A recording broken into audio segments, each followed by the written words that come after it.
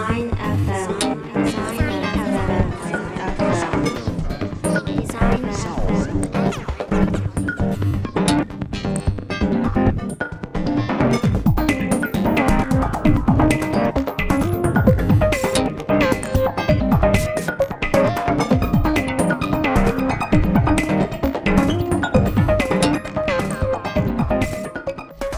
디자이너의 목소리로 여성의 일을 말하는 팟캐스트 디자인 FM. 청취자 여러분 안녕하세요. MC 1번 김소미, MC 2번 한경희입니다. 그리고 오늘의 특별 MC 김태환님께서 와 계십니다. 와. 안녕하세요. 오늘의 특별 MC 3번 김태화입니다.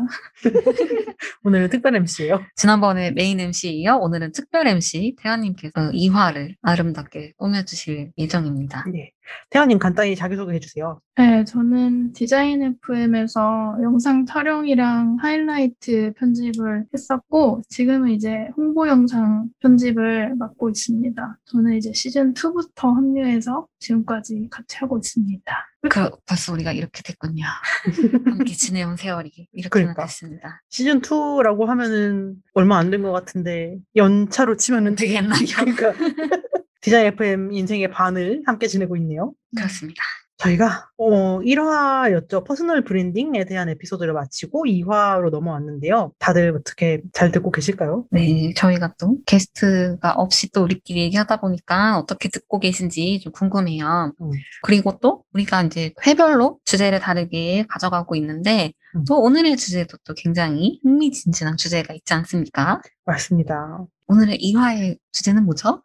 오늘의 주제 바로 사이드 프로젝트입니다. 그 퍼스널 브랜딩도 굉장히 핫한 개념이라고 지난 시간 얘기를 했던 것 같은데 이 사이드 프로젝트라는 것도 요즘 정말 많이 얘기를 하잖아요. 그쵸. 꼭 누구든지 다 해야 될 것 같은 기분도 들고요. 그래서 이 사이드 프로젝트라는 건 뭐고 우리는 사이드 프로젝트를 어떻게 생각을 하는 게 좋을지 혹은 어떻게 하는 게 좋을지 그리고 지금 우리가 하고 있는 건 사이드 프로젝트인지 부터 시작해서 여러 가지 고민을 나눠볼 수 있을 것 같습니다. 오늘은 사이드 프로젝트에 대해서 이야기를 해볼 텐데, 그리고 추가로 사이드 프로젝트 하면은 또 뗄래야 뗄 수 없는 것이 또 견적에 대한 얘기가 또 좀 있었어요.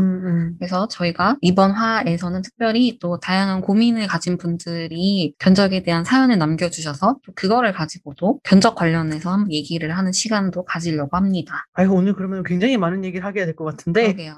일단은 그 사이드 프로젝트에 대해서 얘기를 쭉 하고, 견적 얘기는 조금 나중에 하면 되겠죠? 맞습니다. 그러면은 사이드 프로젝트라는 것에 대해서 본격적으로 얘기를 나눠보도록 하겠습니다. 사이드 프로젝트라는 말은 이제 저희가 검색을 해보니까 메인 프로젝트가 있고 그것의 부수적인 거다라고 약간 대비되는 개념으로 얘기를 많이 하더라고요. 그래서 뭔가 취미생활? 부업? 뭐 이런 거를 사이드 프로젝트라고 보통 부르는 것 같아요. 메인 DC, 사이드 DC 같은 그런 건가요?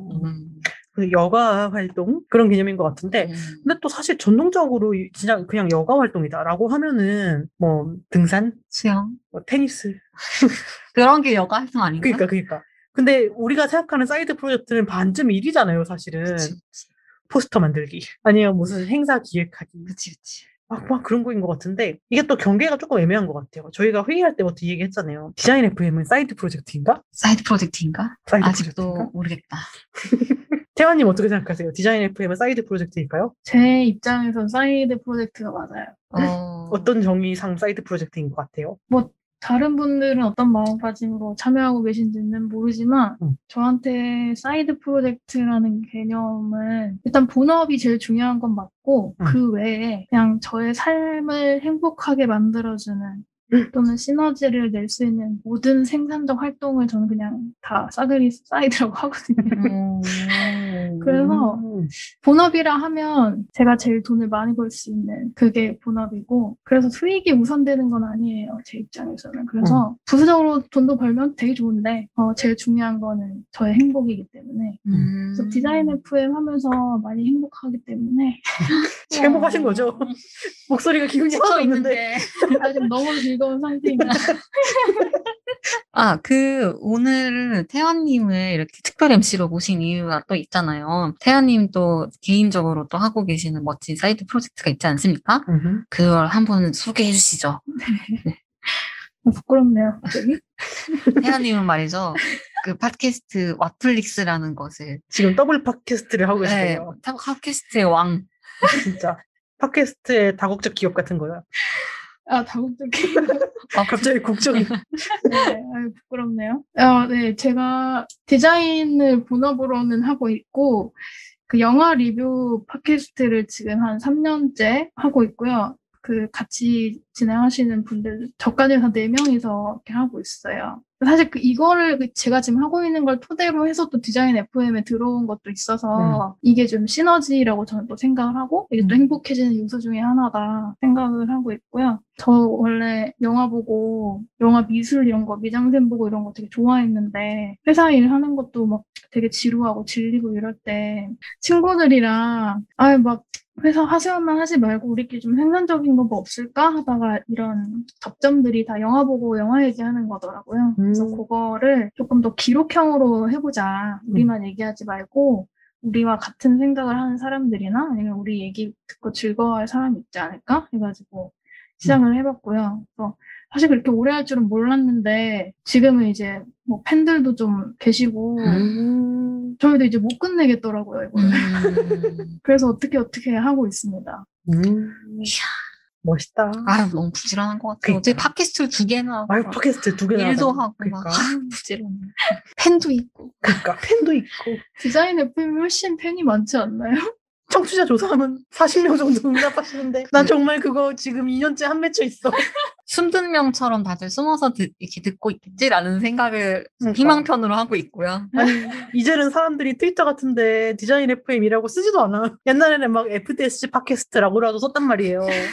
우리끼리 맨날 듣고 있는 거 아닌가라는 생각을 하지만 저는 되게 아플릭스는 번듯하고 규모도 좀 있는 것 같고 맞아. 청취자도 많고 무슨 그런 멋진 사이드를 하고 계시는 태연님이었습니다. 끄덕끄덕. 그 사이드 프로젝트의 경계, 정의 뭐 이런 거에 대해 조금 더 얘기를 해볼 수 있을 것 같은데요. 아까 이제 태환님은 직장 생활 외에 나를 행복하게 해주는 생산적인 모든 거를 사이드 프로젝트 얘기를 하셨는데 그 밖에 이제 취미 활동이나 자아 실현의 수단 말고도 진짜 말 그대로 좀 돈벌이 수단으로서 사이드 프로젝트를 하시는 분도 있잖아요. 굳이 디자이너가 아니더라도 예를 들어서 직장인인데 회사 끝나고 대리운전하는 분이나 사이드 프로젝트예요? 그거 약간 엔잡러 이런 느낌으로 많이 부르는 것 같더라고요, 요즘은. 그 뭐 또 어떤 것들이 사이드 프로젝트 있을까요? 예를 들어서 디자이너가 회사를 다니고 있는데 다른 개인 작가한테 도록 외주를 받았다. 이건 사이드 프로젝트일까요? 사실은 그거를 사이드 프로젝트로 부르는 경우가 많죠. 많긴 한 것 같아요. 전 투잡으로 생각하고 있는데. 그러니까 저도 정말 외주라고 생각을 하는데 그것을 사이드 잡의 개념으로 사이드 프로젝트로 부르는 분도 많은 것 같아요. 잡을 그냥 프로젝트로 변환 있어 보니까. 잡이라고 하면은 뭔가 내가 너무 돈에 메인 돈에 집착하는. 가득 돈을 벌려서. 그러니까. 그런 오해를 또 불러일으키기 쉽잖아요. 이게 말하기 되게 조심스러운데, 방금 얘기한 그런 케이스? 그러니까 외주를 받아서 하는데, 사이드 프로젝트라는 그런 이름을 덧붙여서, 멋진 나의 작업, 짜잔, 약간 이렇게. 맞아. 돈에 신경 쓴 게 아니고 사실은 약간 기만이죠, 그거는. 돈을 벌기 위해 외주를 한 게 맞을 거면서, 마치 멋있는 작업을 하기 위한 나의 욕심으로 이 프로젝트를 선택한 거다. 이런 식으로 겉으로 내세우는 경향도 조금 있는 것 같고. 네, 그러니까 그 약간 단어를 어떻게 쓰느냐에 좀 달랐겠지만, 그런 경우에 이제 사람들이 사이드 프로젝트? 약간 이렇게 보게 되는 그런 지점을 만들어주는 것 같고. 근데 저는 또 왜 그런 것 같아요. 약간 사이드 잡이라고 할 수 있는 건건이 하는 외주 같은 거는 뭔가 단발성이라서 더 사이드 프로젝트로 부르기가 조금 이상한 것 같다는 생각도 들어요. 약간 꾸준히 브런치에 글을 쓴다 이러면은 뭐 그건 조금 사이드 프로젝트 같기도 해요. 약간 지속성이 있어야 되는 것 같긴 해요. 그것 좀 약간 그걸로 일정 고정적인 수입이 발생을 안 해야 좀 더 프로젝트라고 부를 법한가라는 생각이 드네요. 그러니까 수익이 고정적으로 발생하는 순간 그냥 진짜 투잡, 쓰리잡이지 뭔가 사이드 프로젝트라고 하기는 좀 그런 것 같아요. 근데 이게 되게 애매하다. 왜냐면은 아까 방금도 우리가 얘기했지만 사이드 잡이어야 마땅한 것을 사이드 프로젝트라고 부르면서 돈 안 받는 사람들이 있잖아요. 있죠. 우리 매 화마다 얘기하고 있는 것 같은데 생태계를 흐트러뜨리는. 그러니까 아마 이번 시즌 내내 할 것 같아 이런 얘기를. 그 사이드 프로젝트라는 것은 기본적으로 돈이 목적이 아닌 채로 시작을 하는 게 맞는데 돈이 목적이어야 마땅한 것까지 사이드 프로젝트라는 이름에 걸맞게 하려고 돈을 안 받는 것은 좀 이 정도가 되는 느낌이네요. 그런 것 같아요.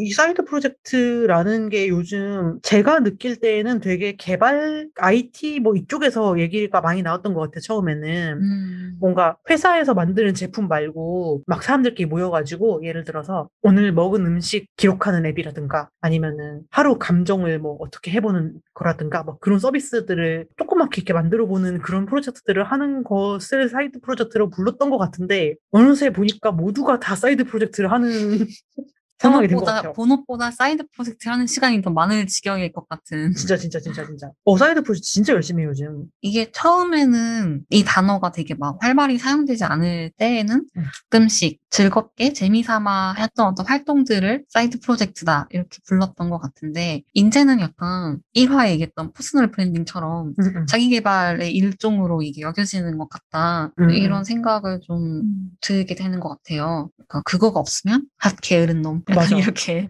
그런 거 열심히 여러 개 해서 자꾸 그거를 본업보다 그거를 막 뽐내야 하는 분위기가 있는 것 같기도 하고. 약간 재미있는 수준에서 하지 않는 거지, 말하자면은. 되게 너무 나를 갈아넣고 막 밤을 새고 막 울면서 한 다음에 그것을 나의 1화에서 얘기했던 퍼스널 브랜딩에 어떻게든 쓰려고 하는 과몰입. 이게 조금 문제적이지 않나라는 생각이 드네요. 그러니까요. 세원님은 어떠세요? 지금 팟캐스트 2개나 하시는데 이게 생각보다 준비 과정 및 제작하고 후작업에 시간이 들잖아요. 그쵸. 이런 게 이제 본업이랑 밸런스를 어떻게 조절하시는지가 궁금하네요. 초반에는 그러니까 사이드 프로젝트를 하기로 마음먹었을 때는 어쩔 수 없이 본업에 신경을 덜 쓸 수밖에 없는 시간이 있는 것 같아요. 왜냐면 사이드 프로젝트를 이걸 빨리 이렇게 궤도에 올려놓을 때 아무래도 좀 시간과 공을 많이 들여야 되니까. 근데 거기서가 제일 괴로운데 궤도에 올라온다 이러면은 다시 본업에 집중 잘 할 수 있고 같이 두 트랙을 갈 수 있게끔 지금 저는 이제 그런 상태이긴 해서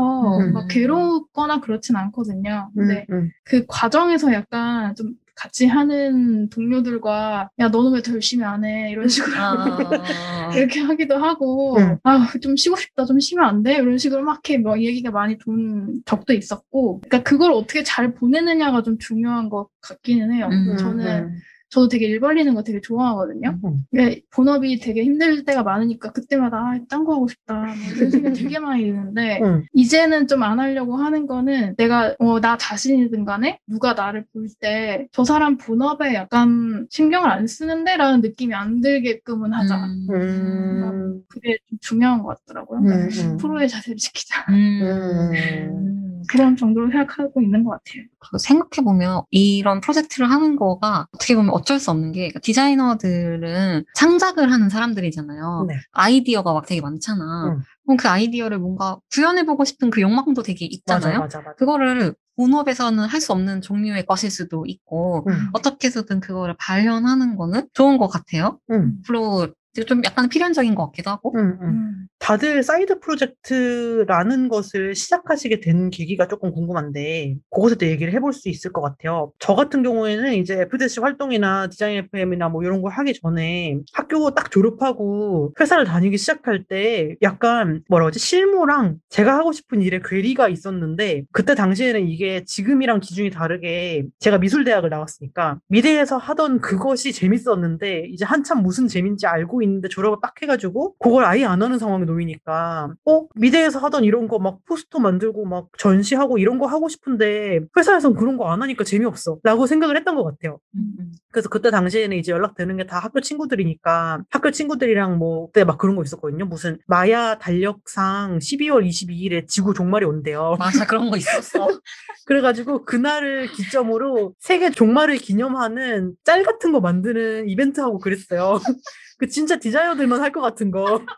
그래서 막 그런 거 만들어 본다든지 아니면 당시에 왜 너도 나도 저기 텀블러라는 거 했었는데 맞아. 거기에 매일같이 그래픽 일기 막 이래가지고 뭐 12월 31일이다 그러면 12월 31일을 내 나름대로 표현한 1200에 1200 픽셀짜리 그래픽? 그런 식으로 약간 미대에서 할 법한 자기 표현 같은 걸 했던 것 같아요.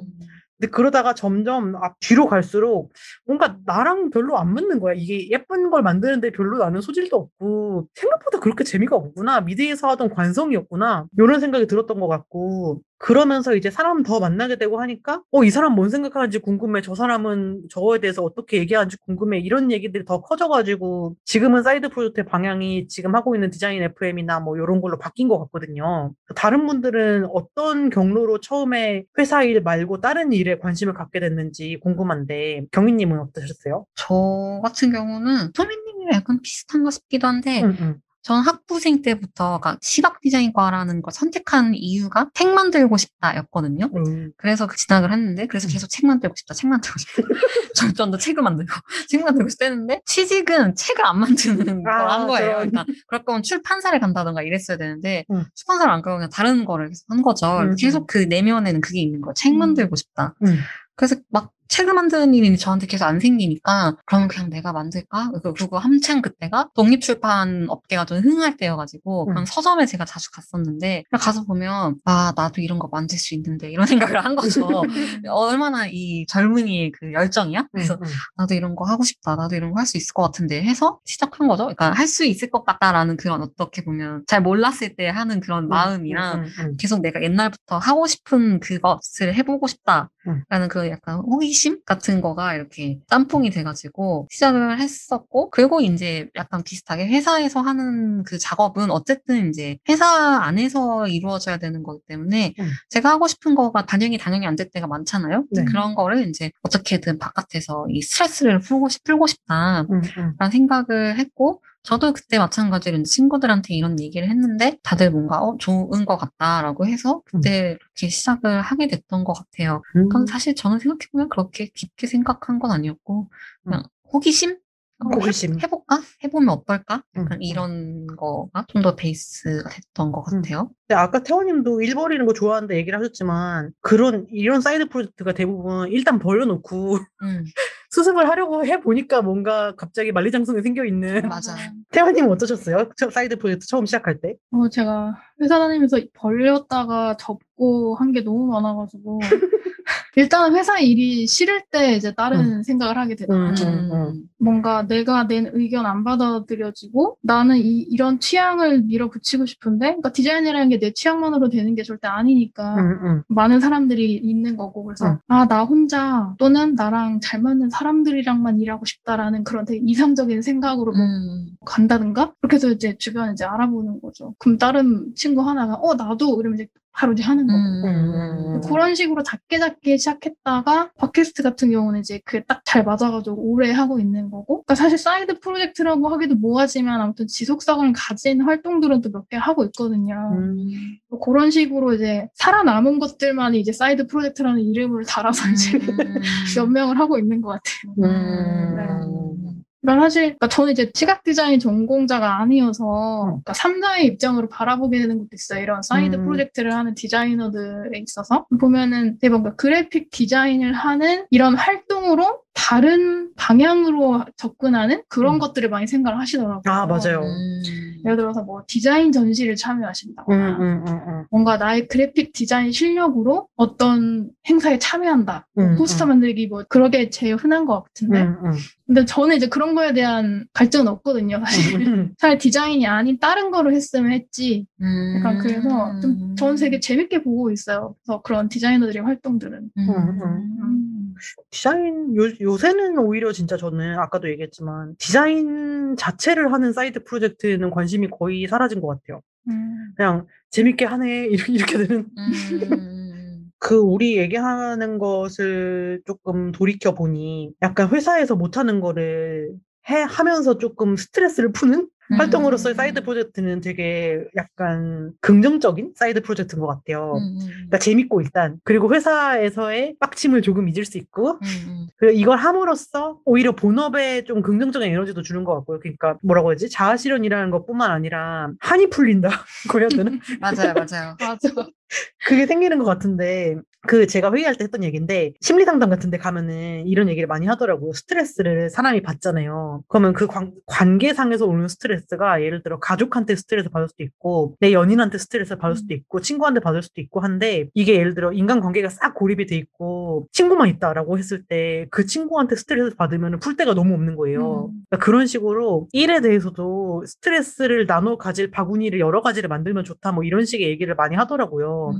그래서 예를 들어 회사 일 스트레스를 이만큼 갖고 있으면 내가 너무 힘드니까 잠시 분산해가지고 사이드 프로젝트 바구니에다가 또 스트레스를 좀 누적을 시키고 회사랑 풀고 뭐 사이드 프로젝트랑 풀고 이런 식으로 약간 저글링 하듯이 나의 스트레스나 에너지를 나눠가지고 하는 것이 좋은 사이드 프로젝트의 운영 방법이지 않나라는 생각이 들고, 근데 반대로 이거를 약간 일화랑도 연관된 얘기인데 워낙 사이드 프로젝트를 많이 하고 있고 다들 잘 하는 것 같으니까 해야 될 것 같아서 하는 경우에는 조금 쉽지 않겠다라는 생각도 드는데 어떠세요? 저가 들었던 얘기 중에는 그 사이드 프로젝트를 하고 싶은 사람과 사이드 프로젝트라는 거 뭐 재밌다고 생각은 하는데 지금 내가 할 수는 없고 별로 하고 싶지도 않아라는 사람들 사이에서 약간 친구 사이가 소원해진 뭐 그런 그룹 얘기도 듣고 그랬거든요.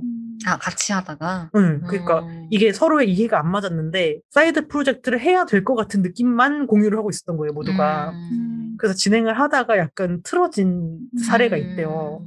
그래서 뭔가 약간 슬픈 사이드 프로젝트, 그러니까 무리한 사이드 프로젝트 이런 거에 대한 얘기도 우리가 좀 해볼 수 있을 것 같은데 어떠세요? 그래요. 여행 가서도 뭐 친구끼리 여행 가서 싸우고 다시 안 보는 경우도 있는데 하물며 사이드 프로젝트라고 또 뭐 다르겠어요. 이것도 일의 성격이 강한 거잖아요. 재미로 하더라도. 충분히 있을 것 같아요. 아까 태연님도 동료분들이랑 하실 때 왜 너가 더 열심히 안 하냐 이렇게 한다고 했잖아요. 그런 어떤 갈등이 있거나 하셨는지. 뭐 각색된 거고요. 그렇게 말한 적은 없고 더 열심히 해야 되지 않을까? 막 이런 식으로 회의를 진짜 많이 했어요. 그래서 정기적으로 물어보는데 이 프로젝트에 대해서 지금은 어떤 생각이냐, 약간 체크들을 제가 그냥 했던 것 같아요. 제가 하는 프로젝트 예정이 좀 있어가지고 지금은 어떻냐, 뭐 힘든 건 없냐 이런 식으로 다 체크를 하는데 당연히 다 차이가 있잖아요. 나 조금 요새 힘들다 하거나 아니면 진짜 물리적으로 못하는 경우도 생기고, 하지만 이 프로젝트는 꼭 우리가 다 같이 해야만 괜찮을 것 같은데 막 이런 생각 막 이렇게 하다 보면은 좀 가볍게 갈 수도 있고, 아니면 조금 제가 약간 채찍 담당이라고 해가지고 제가 약간 막 해야 빨리 안 해 이런 식으로 하는 역할을 하기도 하거든요. 그런 식으로 하기도 하고, 근데 정 안 되면은 나는 여기서 빠지겠다 하면은 그래 어쩔 수 없지, 관계를 이룰 수 없으니까 잘 가렴 이렇게 하고 또 하고 싶다 하면은 다 어서 와 같이 하자 이렇게 하고. 그러니까 너무 빠져들면 안 되는 것 같긴 해요. 네, 이거를 본업으로 할 것이 아니면 한 70%만 하자. 그런 생각을 하고 있어요. 그래, 기본적으로 이거 재밌자고 하는 건데. 그리고 약간 자기 체력을 잘 알아야 되는 것 같은 게 맞아요. 중요하죠.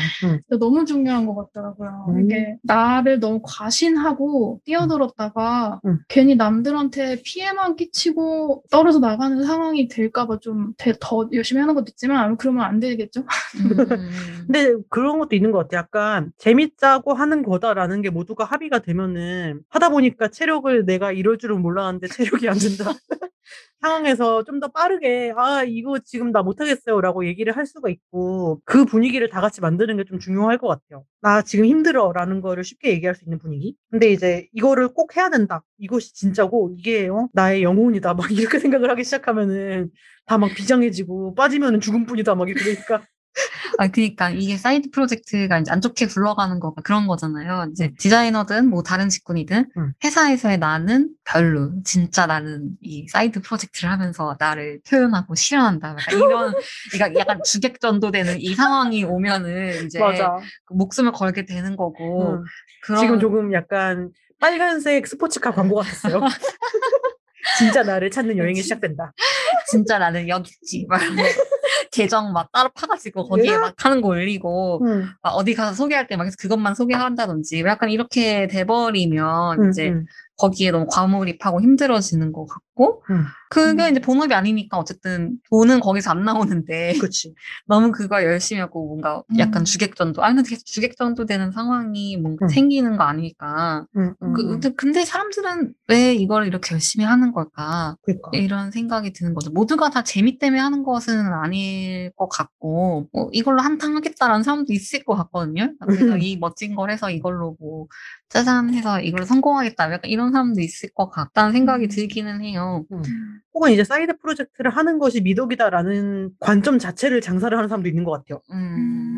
부지런하고 약간 생산적인 나 약간 이런 그런 이미지를 얻을 수 있으니까. 그것도 막 그런 거 있잖아요. 이제 요즘 엔잡 이런 얘기 계속 나올 정도로 나의 메인잡이 충분한 수입을 보장하지 않는 상황을 이용해서 뭐 그런 거 이상한 거 있던데 무슨 양조장 펍 같은 거를 저녁에 운영하는 방법을 강의한다든가 뭐 회사 퇴근했는데 어떻게 그걸 운영을 해? 뭐 약간 신기했어요. 와, 그런 걸로도 장사를 하는구나, 사람들이. 근데 그런 게 그런 거구나. 그냥 어쨌든 파이프라인 여러 개를 만들어 놓고. 아무튼 그게 다 아까 초반에 말했던 여러 개의 투잡, 쓰리잡을 하는 건데, 그거를 이제 멋진 척 하려고 프로젝트, 이렇게. 가벼운 척. 사이드 프로젝트, 이렇게 포장을 딱 씌워가지고, 하하, 나는 퇴근하고도 이런 멋진 자기 개발의 삶을 살지. 그치. 이런 거를 읽는데 좀 악용이 되고 있는 거 아닌가. 이런 생각이 드네요. 갑자기 뭐 다른 얘기를 하자면 네. 저의 개인적인 경우 아까 저 책 만드는 거를 한다고 했고 오늘의 잔업이라는 팀명으로 제가 이걸 하고 있단 말이에요. 네. 안 한 지 좀 됐지만 근데 아무튼 이거를 하는 게 어쨌든 그 출판 업계에 대한 막연한 그 동경과 부러움 이런 게 있고 약간 거기에 좀 끼고 싶다라는 마음에서 좀 한 거가 있어요. 그래서 이제 막 사실은 주요 목적은 언니밋이 나가자 약간 이런 거였어서 그치. 모든 디자이너의 꿈같이 진짜. 언니밋이 나가자 너무 재밌을 것 같아 약간 이런 거 있잖아요. 그래서 시작한 것도 좀 있는데 어쨌든 그걸 함으로 통해서 회사 일만 했으면은 몰랐을 것들 뭐 인쇄로 어떻게 하는 경험 책을 어떻게 하는지 나와서 그런 페어에 나가서 판매해보고 약간 이런 경험들을 해볼 수 있었던 것 같고 그거는 되게 나름의 긍정적인 측면이었다고 생각을 하기는 해요. 굳이 만약에 내가 그냥 회사만 다녔으면 아마 절대 못했을 것 같아요. 맞아. 지금 우리 하고 있는 디자인 FM도 업계 사람들을 계속 만나게 되잖아요. 그러면서 약간 스스로에 대한 디자인에 대한 관점 같은 것도 업데이트가 되고 저 사람은 저렇게 살고 있구나. 나도 정신 차려야겠네. 이런 생각도 들고 그런 식으로 약간 내가 고인물이 안 되는데 도움을 주는 게 저는 되게 엄청 의미 있는 활동이라고 생각을 하거든요. 저 스스로한테도. 그러게요. 그런 수준에서 약간 자기의 가능한 범위를 알고 회사 밖에서 할 수 있는 재미있는 일이자 나 스스로를 업데이트할 수 있는 일 이런 걸 도모해 보는 것은 괜찮다라는 생각이 듭니다. 사실 사이드 프로젝트가 부정적으로 비춰질 수 있는 거는 자기한테는 사이드인데 그게 본업인 사람에게 피해를 주는 예를 들어서 정말 싸게 한다고 나는 사이드 가벼우니까 이 정도만 받고 할게. 근데 저 되게 경계하는 부분 중에 하나거든요. 맞아요. 내가 그렇게 된 사람이면 어떡하지? 맞아. 나는 가볍게 했는데. 그래서 그거는 되게 좀 생각을 많이 하면서 하려고 하는 것 같아요. 맞아요. 내가 생태계 교란을 조심해야 되니까. 진짜. 맞아. 그리고 특히 이제 나는 이게 전공이 아니니까라고 생각이 되는 일들, 뭐 예를 들어서 저는 이제 매년 포트폴리오 리뷰 행사를 기획을 하고 있는데 그런 행사 기획 이런 것들도 실은 기획비라는 게 굉장히 많이 잡혀드는 일이잖아요. 근데 물론 지원금을 받고 하는 행사기도 하지만은 내가 이것을 뭔가 유료 행사 이런 거에 비해서 너무 시장 경제를 교란하는 가격으로 진행을 하는 것은 아닌지라는 생각도 들 때도 있고 늘 고민을 하면서 해야 되는 것도 맞는 것 같아요. 그래요. 우리가 이렇게 굉장히 여러 가지 고민을 나누고 있고 디자이너 스스로 뭔가 자기 실현을 하기 위해 하는 작업부터 시작해서 기획해서 여는 행사라든지 콘텐츠라든지 생업이랑 관련이 돼 있어서 실은 그렇게 부르면 안 되는 프로젝트 그런 것들까지 여러 가지 얘기를 나누고 있는데 이 청취자분들이 관련해서 사연 남긴 것도 여러 가지가 있잖아요. 맞습니다. 청취자분들이 여러 개 사연을 남겨주셨는데 어떤 사연을 남겼을지 한번 만나보면 좋을 것 같아요. 제가 첫 번째 사연을 읽어보려고 하는데 이게 약간 길어서 조금 간추려가지고 전달을 드릴게요. 악강버님께서 보내주신 사연을 한번 소민님께서 읽어주시겠습니다. 이거 악강버님이라서 약간 어금니 물고 하도록 할게요.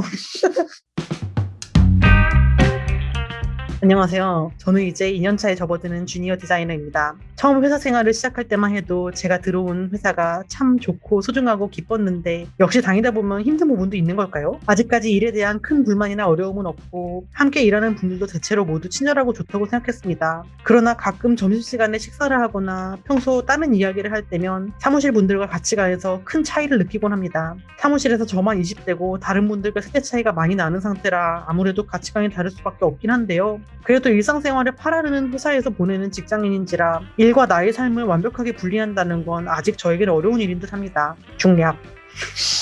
여태 이럴 때마다 일기를 쓰거나 주말에 취미생활을 하며 해소했는데 그런 생활 대부분이 혼자 하는 거다 보니까 가끔은 해소가 아니라 잠깐 다른 일 하면서 삭히기만 하는 거라는 생각이 듭니다. 이제는 비슷한 사람 만나서 서로 연대하고 건강한 방식으로 이런 것들을 표출하고 싶은데요. 또 한편으로는 이런 고민들을 개인 프로젝트로 옮겨서 따로 활동도 하고 싶은데 회사 눈치가 보이기도 해요. 나는 저기 소속된 직원인데 이렇게 하고 싶은 거 다 하고 이런 사람이라고 표출해도 되는 걸까? 라는 고민이 듭니다. 여러분은 자기가 속한 곳에서 고립감과 외로움을 느낄 때 어떻게 해소하는지, 혹은 사이드 프로젝트나 개별 활동을 하고 싶은데 소속된 곳에 눈치가 보이거나 나의 가치관이나 정체성 같은 걸 드러낼 때 걱정이 되면 어떻게 행동하시는지 알고 싶습니다. 네, 사연 잘 들어봤습니다. 그 관련해서 또 저희가 같이 비슷한 얘기를 할 수 있을 것 같은 사연이 하나 더 있어서 제가 소개해드리겠습니다. 닉네임 멘탈님께서 보내주신 사연입니다. 안녕하세요. 지방에서 그래픽 디자인을 하고 있는 멘탈이라고 합니다. 3년째 접어드니까 더 이상 이곳에서 배울 것도 없고 제가 회사에서 낼 수 있는 성과도 한계가 온 것 같습니다. 이런 상황이면 이직만이 정답일까요? 연봉, 동료, 지역 등 모두 만족하면서 다니고 있어서 더 고민입니다. 바빠서 제대로 된 피드백을 받을 수도 없고 일정이 타이트해서 우당탕탕 디자인하다 보니 발전은커녕 점점 고이고 있는 것 같아 고민입니다. 네, 두 사연이 둘 다 사이드 프로젝트를 이제 시작하는 너에게 같은 제목으로 저희가 제목 얘기를 해볼 수 있을 것 같아가지고 골라봤어요. 네. 제가 또 저기잖아요. 대전 출신이어가지고 이 두 번째 사연이 굉장히 마음이 가는데 특히 이제 지역에서 그래픽 디자인을 한다라고 할 때에는 확실히 좀 풀이 굉장히 좁다라는 얘기들을 많이 하시거든요. 근데 이제 이분 같은 경우에는 특히나 연봉도 동료도 다 만족하면서 다니고 있는데 그런데 한계가 왔다라고 할 때에는 이것을 회사로 옮기면서 해결하는 게 능사는 아니라서 실제로 예를 들어 서울이라면은 그럴 때 찾을 수 있는 다른 기회가 정말 많은데 지역은 꼭 그렇지 않기도 하거든요. 그렇기도 해가지고 여러 가지 고민이 될 것 같은 사연입니다. 각자 뭐 어떻게 생각하시는지 자유롭게 얘기를 해보면 좋을 것 같아요. 일단 순서대로 다시 첫 번째 얘기부터 해볼까요? 저의 생각은 이 두 분 다 지금 뭔가 현재에 있는 조직에서 마음에 안 드는 지점이 좀 생겼고, 그걸 어떻게 해소할지에 대한 방법을 여러 가지를 고민하고 있는 중에 방법 하나가 사이드 프로젝트이지 않을까라는 생각을 하신 것 같아요. 방법의 하나가 될 수 있을 것 같긴 해요. 근데 그랬을 때 그 사이드 프로젝트의 종류가 좀 중요할 것 같다라는 생각이 들어요. 그러니까 디자인 관련 뭔가를 할 수도 있고, 아예 다른 약간 사업처럼 뭔가를 할 수도 있잖아요. 약간 그치. 사업 아이템 실험 같은 거, 그런 거가 될 수도 있고, 뭐 되게 종류는 많은데, 그것 중에서 어떤 거를 할지는 본인의 상황에 맞춰서 좀 선택해서 해보면 좋지 않을까라는 생각이 들지만서도 한편으로는 정답은 아닐 수 있다. 이런 생각이 좀 드네요. 그러니까 완전히 그 사이드 프로젝트를 한다고 지금의 현재의 문제가 해결될 거라는 생각까지는 안 하는 게 좋지 않을까라는 생각도 좀 듭니다. 보조수단 같은 거 정도로는 괜찮지 않을까 싶어요. 저는 이 첫 번째 사연에서 비슷한 사람들을 만나서 연대하고 건강한 방법으로 표출하고 싶다라는 이 부분이 잘 진행되고 있는 사이드 프로젝트를 외부에서 봤을 때 사람들이 부러워할 만한 부분인과 동시에 이것이 목적이 되기는 굉장히 힘들다는 생각이 들었어요. 약간 이런 멤버를 찾아가지고 이런 방식으로 일하는 것은 그 자체가 사이드 프로젝트의 어떤 결과물이 될 수는 없고 만들고 싶은 게 있을 때 그것을 만들어가는 방식의 얘기인 것 같거든요. 예를 들어서 진짜 경희님이 출판에 대한 관심이 있어가지고 출판에 어떻게 연관된 활동을 하고 싶었다인 것처럼 뭔가 회사 생활이 마음에 안 든다면은 그거 말고 하고 싶은 컨텐츠가 있고 그것을 이제 누구랑 어떤 방식으로 할지가 나와야 되는 것 같은데 회사 생활 말고 딴 거 뭐 없을까? 상태인 것 같아서 지금 두 분이. 그래서 제가 아까 종류가 중요할 것 같다고 맞아, 얘기를 맞아, 한 맞아, 거예요. 맞아. 독서 모임에 참여한다로도 해설될 수가 있는 거잖아요. 그러면 독서 모임에 참여해서 본인이 독후감을 브런치에 옮기면 뭐 어쨌든 그것도 사이드 프로젝트의 일종일 수 있으니까 그렇게 해소할 수도 있고, 디자인적인 어떤 퀄리티에 대한 고민이 있으면 디자인 스터디 같은 거를 열어서 할 수도 있는데 그것도 사이드 프로젝트가 될 수도 있잖아요.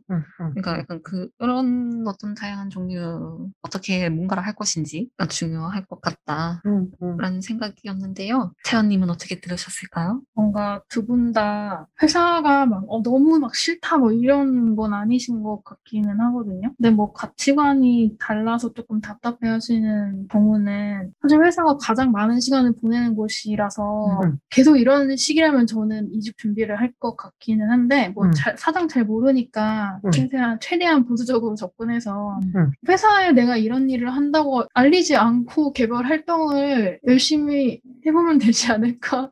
너무 가볍게 얘기하는 것 같기도 한데 사실 일 벌리는 게 어려운 일은 아니거든요. 맞아.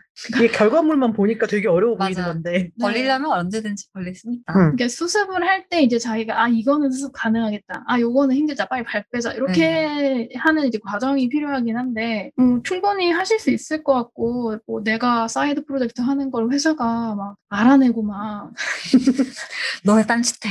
너 뭐해? 퇴근하고 왜 딴짓해? 사실 그런 회사면 이직하는 게 맞다고 맞아. 생각하거든요. 그런 게 아닐 것 같아서 되게 가벼운 마음으로 일단 일을 벌려보셔도 되게 괜찮을 것 같아요. 고립감이나 외로움을 느끼시는 뭐 경우에도 저도 당연히 회사 물론 좋긴 하지만 그런 경우 다 있잖아요. 그렇죠. 그럴 때 저는 이제 한 가지 방법으로 FDSC에 들어온 거고 디자인 FM도 하고 있는 거고 이렇게 되고 있는 거거든요. 일단 일을 좀 벌려보시면 어떨까. 다만 조금 조용히 회사가 어떻게 반응할지 모르니까 그래서 그렇게 하면 되지 않을까 싶네요. 그러게. FDSC 들어오시면 될 것 같네요. 그러니까 저도 이 소속감 얘기할 때 FDSC 들어오면 딱이네. 그 FDSC가 이제 반년에 한 번밖에 사랑을 받지 않기 때문에 조금 힘들다라고 하면은 요새는 진짜 그냥 저희 오픈 카톡방 있는 것처럼 디자인 오픈 카톡방도 그냥 많이 생기는 것 같고 뭐 그런 그룹이 엄청 많은 것 같더라고요. 맞아요. 작은 스터디 모임 이런 것들이 인터넷에서 만날 수 있는 것도 뭐라도 약간 시도를 해보시면은 자기한테 맞는 것들을 약간씩 망해가면서라도 찾을 수 있을 것 같아요. 사실 지금 저희도 이런 식으로 말하고 있지만 누구한테도 보여줄 수 없이 그냥 망해버린 프로젝트 많이 있을 거잖아요. 봉인시킨 거. 그러니까 지금 언급도 못하는 거. 기억도 안 나는 그런 거. 그래요. 사연 두 번째 사연 이 분도 되게 저연차 때 또 많이 한 고민이어가지고 약간 신경 쓰이는데 이분에게도 되게 이직이 정답은 아닐 수 있다라는 말씀 꼭 해드리고 싶어가지고 맞아요. 저는 막 직업에 대해 그러니까 뭐 회사 얘기 이런 거 할 때 관둘까 이런 상담들 많이들 막 주고받잖아요. 네. 저는 하지 말라고 하거든요. 무조건. 이직은 정말 최후의 수단이고 일단 그 안에서 해볼 수 있는 만큼은 다 하고 진짜 못 해먹겠을 때 그만두자라는 식으로 제가 계속 얘기를 하는데 그 사연 보시면은 되게 뭐 피드백 얘기나 타이트한 일정 약간 이런 거를 약간 갈증이 느끼시는 것 같더라고요. 근데 요거는 꼭 사이드라고 해서 완벽하게 이게 해결되지도 않고 더 어려울 수도 있고 이직을 하시더라도 또 똑같은 고민 하실 수도 있고 아니면 또 안 좋은 고민을 하게 될 수도 있고 맞아. 근데 저는 이럴 때는 이런 정말 이상한 환경에서 내가 뭔가 해낼 때 약간 더 뿌듯함을 느낄 때가 많거든요. 그래서 약간 이것도 되게 좋은 방법이지 않을까. 그래서 되게 미련 없이 떠날 수 있을 만큼 내가 좀 뭘 해보자. 예를 들면 저는 사이드 프로젝트에서 할 만한 거 그냥 회사 일로 끌고 들어온 적도 되게 많아요. 돈 받으면서 제가 하고 싶은 거 하고 싶어가지고 그런 시도들을 해보시면 좋지 않을까? 그런 생각이 좀 들어서. 네. 그러게. 3년째면은 이제 슬슬 회사랑도 신뢰 관계가 쌓일 때고, 3년 차쯤 됐으면, 아닌가? 3년을 같은 회사에 일하고 있으신지 모르겠지만, 아무튼, 약간씩은 자기가 목소리를 내가지고, 우리 이런 거 좀 개선할 수 있지 않을까요를 맞는 방식으로 얘기할 수도 있을 것 같아요. 그러니까 약간 본업과 사이드를 너무 이렇게 가르는 경향도 있는 것 같아요. 맞아. 사실 본업에서 나의 갈증을 해결할 수 있는 방법이 있거든요. 저는 원래는 사이드로 가기 전에 일단 본업으로 껴넣어봐요. 그래서 그게 잘 되면은 행복하게 일을 하는 거고 약간 안 되네 싶으면 이제 그때부터 딴 길을 찾는 거죠. 맞아. 본업에서 해결할 수 있게, 그러니까 그 해결이라는 게 진짜 예를 들어서 포스터를 만들고 싶어 이런 게 아니더라도 사실 사이드 프로젝트를 하고 싶은 마음, 기저에 있는 무슨 마음이 있잖아요. 나의 어떤 스킬을 좀 더 활용하고 싶다라든지, 어떤 스타일의 뭘 하고 싶다라든지, 뭔가 내가 조금 더 기획에 관여하는 뭘 하고 싶다라든지, 그런 기회들을 회사 안에서 좀 만들어 보는 게 생각보다 가능하기 때문에, 물론 불가능하기도 하죠. 아무튼. 그런 경우가 많죠. 대체로 안 되지만. 네. 그래도 말은 해볼 수 있기 때문에 그 말 했다고 갑자기 잘리거나 하지 않으니까요. 잘리는 회사라면은 전부터 이직을. 조금, 네. 그렇게 좋은 회사는 아니다. 네, 여기까지 사이드 프로젝트에 대한 저희의 생각과 그리고 고민 해결을 위한 솔루션까지 함께 이야기해보고 고민해봤는데요. 저희의 이런 의견을 이야기해봤으나 청취자 여러분들에게 좀 더 다양하고 풍성한 내용을 전달하기 바라는 마음에서 좀 우리 회원님들 중에서 또 이렇게 사이드 프로젝트를 좀 하시는 분들이 있잖아요. 좀 적합하다고 생각하는 분에게 한번 전화 연결을 통해서 의견을 좀 더 들어보면 좋을 것 같아서 연결을 해보려고 합니다. 네, 그럼 우리 최보리 회원님을 한번 모셔보도록 하겠습니다. 네, 보리님 안녕하세요. 안녕하세요. 반갑습니다, 보리님. 반갑습니다. 네, 저희 청취자분들에게 간단한 자기소개 먼저 부탁드릴게요. 네. 안녕하세요. 저는 최보리라고 하고요. 생업으로는 기업에서 브랜드 디자이너로 일하고 있습니다. 네, 반갑습니다. 반갑습니다. 저희 사연자분들의 사연을 혹시 보셨나요? 네네. 봤습니다. 네. 뭐, 어떻게 간단하게 의견이나 혹은 생각나시는 어떤 게 있을까요? 2년차 주니어 디자이너의 고민 말씀일까요? 네네. 그 사연이 사이드 프로젝트를 시작하는 사람의 마음인 것 같거든요. 그쵸. 네. 저도 그런 것 같습니다.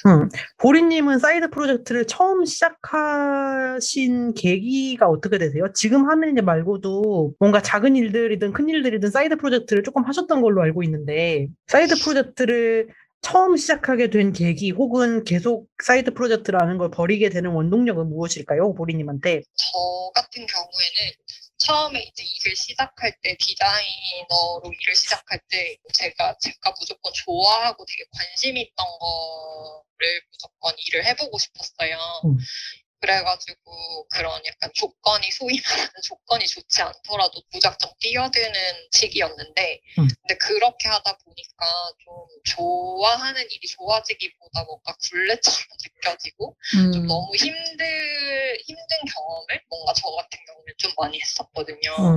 그래서 이제 점점 커리어에 대해서 고민하면서, 그러니까 제가 이제 잘 할 수 있으면서도, 그러니까 제가 잘하는 것과 좋아하는 거는 다를 수도 있겠다는 생각을 어렴풋이 했었고, 그래서 이제 좀 삶의 밸런스도 찾을 수 있고 그런 일을 커리어로 좀 더 삼고 싶다, 사실 그렇게 현실적인 생각을 하게 됐었거든요. 그래서 그런 식으로 이제 일을 하다 보니까 저도 똑같이 이제 사연 주신 분처럼 갈증도 느끼고, 같이 일하는 분들이 우수하고 정말 좋으신 분들이지만 또 이제 제가 다른 거에도 관심이 있으니까 그 관심사를 좀 채우고 싶은 그런 마음에서 이제 좀 다른 일들을 벌여보고 싶은 그런 마음이 점점 들었던 것 같아요. 되게 멋진 프로젝트들을 또 하고 계시잖아요. 네. 그러면 이런 사이드 작업을 하면서 본업과의 그런 조율은 어떻게 하고 계시는지가 좀 궁금해요. 사실 저는 그 사이드 프로젝트 할 때는 대부분 혼자서 하기보다는 이제 같이 할 수 있는 사람들을 찾아서 좀 일을 나눠서 하는 편인 것 같거든요.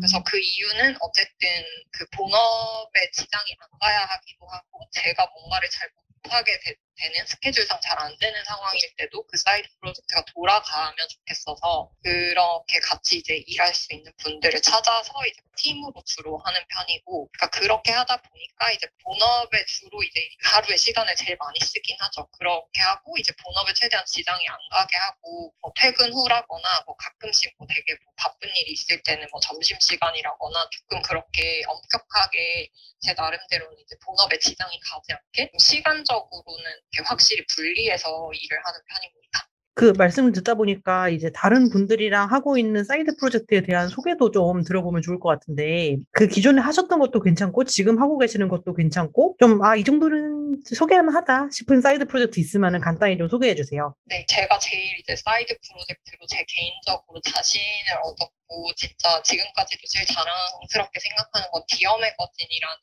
그 독립출판 물인데 한 5년 정도를 지속을 했었어요. 그래서 그러니까 패션에 대한 잡지였는데 패션 화보나 이런 게 전혀 아니고 그 제작자들, 공장이라든지 이런 실제 그 물건을 만드시는 분들을 주로 이제 인터뷰하고 그런 콘텐츠를 이제 만들어서 이제 매거진화하고 그래서 언리미티드 에디션도 나갔었고 도쿄 아트 페어도 나갔었고 그런 식으로 페어에 많이 참여했었고요. 그래서 그때는 좀 사실 아직까지는 독립출판물 시장이 지금은 굉장히 저는 활성화가 많이 되었고 대부분의 사람들이 그거에 대해서 인지하고 있다고 생각하는데 제가 할 때만 해도 저도 잘 몰랐고 그 시장도 이제 막 형성이 되고 있는 상황이었어서 되게 그 흐름을 얻고 책도 잘 팔고 되게 많이 주목을 받았던 것 같아요. 그래서 그 행사 같은 것도 했었고 그 출판물이 나오면 사람들을 불러 모아서 이제 이 책에 대한 얘기도 하고 뮤지션들께 부탁해가지고 공연도 하고 막 그랬었는데 그때 이제 저희 그 행사장에서 공연하셨던 뮤지션 분들이 다 너무 잘 돼가지고 저를 스쳐 지나가면 탑 뮤지션이 된다는 그런 어떤 저의 그냥 소극적인 또 자랑스러운 저의 그런 게 있고요. 그리고 이제 또 자랑하고 싶은 프로젝트는 최근에 했던 에디터블 시나리오라는 친환경 운동복 브랜드인데 이거는 이제 사실 이것도 디어 매거진에서 이어진 거예요. 그 멤버들이 동일하고 사실 그래서 이제 다 패션에 계속 관심이 있었고 한데 저희가 조금 시간이 지나면서 실제로 뭔가 물건을 만들어보고 싶다는 생각도 했었고 저희가 디어 매거진을 시작할 때 좀 어렸었지만 저희가 좀 이제 성장을 하고 회사를 다니면서 각자 여러 가지 경험을 하면서 실제로 브랜딩이라든지 물건을 만들어서 좀 판매하고 홍보하는 것까지 이제 살면서 그 능력치가 좀 쌓였다고 생각이 들어서 그거를 어떤 사이드 프로젝트에도 한번 해보고 싶은 거예요. 그래서 좀 시작을 해본 그런 프로젝트입니다. 그 이야기를 들어보니까 확실히 이제 관심사가 되게 명확하시고 보리님이 그거를 뭔가 그 관심사를 그걸 좋아하는 마음이 계속 있으니까 그게 어쨌든 간에 그런 프로젝트의 형식으로 이어지고 있는 것 같다는 느낌이 들어요. 그게 되게 좋은 사이드 프로젝트의 요건인 것 같아요. 근데 약간 여기서 제가 궁금한 건 그러면 이제 어쨌든 그런 분야, 패션 분야에 관심이 되게 많으신데 그거 자체를 본업으로 이제 내가 그거를 하고 싶으신 그런 마음은 딱히 없으셨는지 궁금해요. 약간 그거는 마음이 반반인데요. 사실 제가 진짜 커리어 초반에 지금의 커리어와 완전히 이어진 건 아니지만 그 남성 패션 디자이너 스튜디오에서 인턴을 한 적도 있고 이제 패션 매거진에서도 1년 정도 일을 했었어요. 근데 이제 그때는 제가 생각했을 때 뭔가 제가 처한 상황이 쉽진 않았던 것 같아요. 그러니까 되게 그게 처우라든지 아니면은 그 일을 하는 그러니까 시간적으로 너무 많은 시간을 써야 된다든지 이래가지고 저는 되게 좀 지쳤었거든요.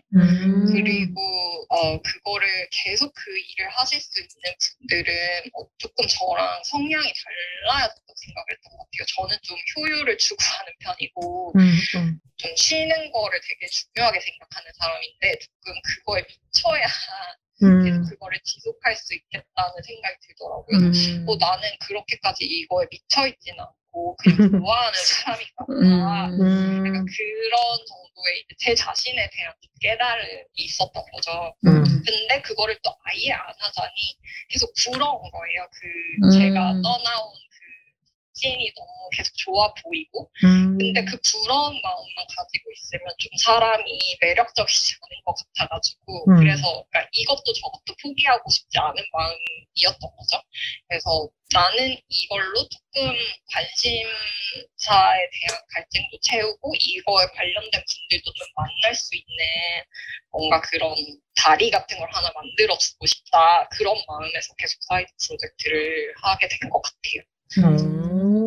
그래서 이거를 계속 일로 하고 싶지 않냐고 질문하신 거 맞죠? 네. 만약에 응. 이게 진짜 제가 하는 사이드 프로젝트가 감당할 수 없을 만큼 너무 관심을 많이 받고 진짜 그렇게 되면은 할 생각도 있긴 해요. 정말 멋지시네요. 그러게. 그럼 프로 사이드 프로젝터로서 보리님이 생각하시기에는 이런 프로젝트는 사이드로 했을 때 좀 괜찮은 것 같다, 긍정적인 영향을 미치는 것 같다 싶은 그런 뭐 조건이나 뭐 그런 것들이 좀 있으실까요? 저희끼리 이번 에피소드에서 계속 이제 이건 사이드 프로젝트인가? 이것도 사이드 프로젝트인가? 이건 사이드 프로젝트가 아닌가? 막 이런 존재론적 고민을 계속 하고 있거든요. 네. 그래서 뭐 사이드 프로젝트의 범주도 굉장히 여러 가지가 있을 것 같고 분야도 여러 가지가 있을 것 같은데 보리님이 생각하는 좋은 사이드 프로젝트의 요건? 이런 게 궁금해요. 저는 일단은 사이드 프로젝트는 하면서 시간이 안 아까워야 돼요. 그러니까 약간 그럴 때 있잖아요.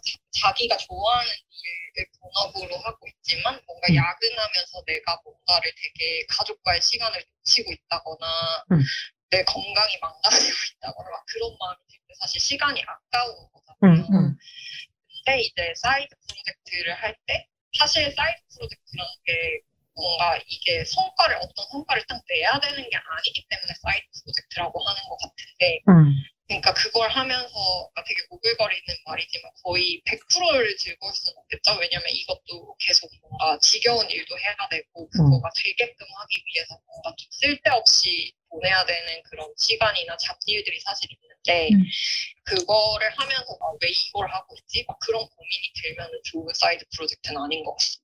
그래서 그걸 하면서 되게 쓸데없지만 괜히 즐겁고 막 기분이 좋고 그런 느낌이 들어야 되는 것 같아요. 쓸데없지만 즐겁고 기분이 좋은 느낌? 네네. 그게 되게 저는 중요한 것 같습니다. 예를 들면 저는 뭐 그런 거 되게 많이 있거든요.